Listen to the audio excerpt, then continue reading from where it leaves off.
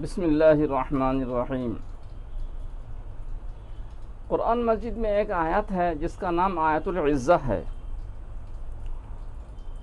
حضرت معاذ بن انس سے مروی ہے، عمرو بن شعیب عن ابیہ عن جدہ والی روایت میں بھی مروی ہے کہ انہا آیت العزہ۔ آیت العزہ کی فضیلت تفسیر قرطبی کے اندر حدیث سے نقل کیا گیا ہے، یعنی یہ حدیث صاف آئی ہے کہ بنی عبد المطلب کا کوئی بچہ جب بولنا شروع کرتا تو رسول اللہ صلی اللہ علیہ وسلم اس بچے کو آیت العزہ سکھا دیتے، اور آیت العزہ اس میں یہ ہے وَقُلِ الْحَمْدُ لِلَّهِ الَّذِي لَمْ يَتَّخِذْ وَلَدًا وَلَمْ يَكُنْ لَهُ شَرِيكٌ فِي الْمُلْكِ وَلَمْ يَكُنْ لَهُ وَلِيٌّ مِّنَ الذُّلِّ وَكَبِّرْهُ تَكْبِيرًا۔ سب کو معلوم ہے یہ سورہ بنی اسرائیل کی بالکل آخری آیت ہے، یعنی 111 نمبر آیت ہے۔ تفسیر قرطبی میں دوسری روایت یہ ہے جو آدمی آیت العزہ پڑھے گا اللہ جل جلالہ زمین اور پہاڑوں کے برابر اسے نیکی عطا فرماتے ہیں۔ تفسیر قرطبی میں تیسری حدیث ہے جس کا مفہوم یہ ہے، ایک صحابی نے مدیون ہونے کی شکایت کی کہ مجھ پر قرضے چڑھ گئے، تو ان صحابی کو حکم دیا کہ سورہ بنی اسرائیل کی آخری 2 آیتیں پڑھو، پھر توکلت علی الحی الذی لا یموت 3 مرتبہ پڑھو، یعنی قل ادعوا اللہ او ادعوا الرحمن ایما تدعوا فلہ الاسماء الحسنى ولا تجہر بصلاتک ولا تخافت بها وابتغ بین ذلک سبیلا وقل الحمد للہ الذی لم يتخذ ولدا ولم یکن له شریک فی الملک ولم یکن له ولی من الذل وکبرہ تکبیرا۔ یہ پڑھنے کے بعد پھر توکلت علی الحی الذی لا یموت 3 مرتبہ پڑھی جائے۔ یہ قرضے چڑھ جانے سے بچنے کا عمل ہے۔ کسی پر قرضے چڑھ گئے ہوں، مدیون ہو گیا ہو وہ آدمی، تو دین ادا ہو جائے گا انشاءاللہ، قرضے ادا ہو جائیں گے۔ یہ تفسیر قرطبی کی 9ویں اور 10ویں جلد میں ہے، یعنی سورہ اسراء کی سب سے آخری آیت کی تفسیر دیکھی جائے۔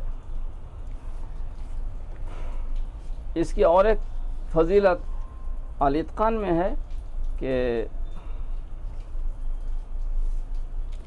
یہ عزت کی آیت ہے، مگر وہاں پر وقل الحمد للہ الذی ہے۔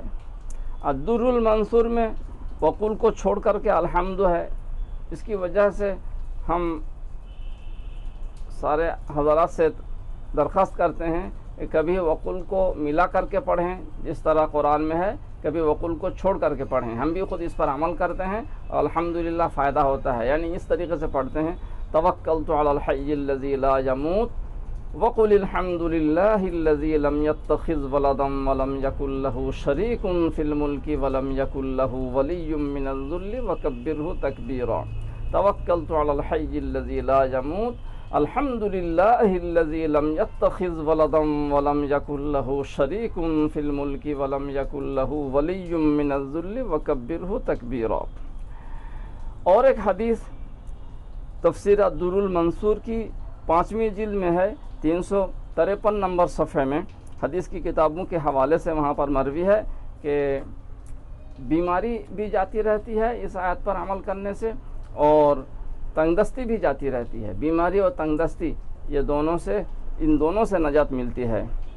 حضرت ابو ہریرہ رضی اللہ عنہ سے مروی ہے، عن ابی ہریرہ رضی اللہ عنہ قال خرجت انا ورسول اللہ صلی اللہ علیہ وسلم یدی فی یدہ فأتى على رجل رث الهيئة فقال أي فلان ما بلغ بك ما أرى قال السقم والضر قال ألا أعلمك كلمات تذهب عنك السقم والضر قل توكلت على الحي الذي لا يموت والحمد لله الذي لم يتخذ ولدا ولم يكن له شريك في الملك ولم يكن له ولي من الذل وكبره تكبيرا۔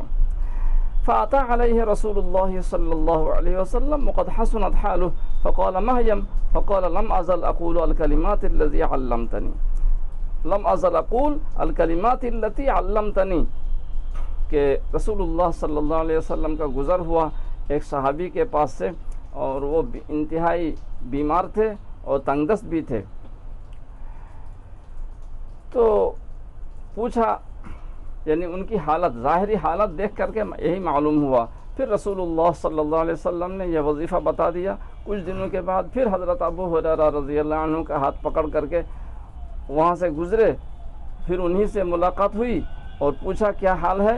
انہوں نے کہا کہ الحمدللہ میں وہ وظیفہ ادا کرتا رہتا ہوں اور الحمدللہ میری حالت اچھی ہو چکی ہے۔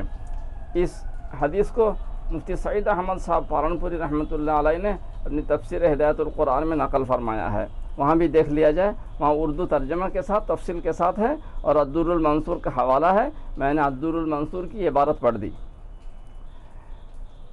وما علینا الا البلاغ۔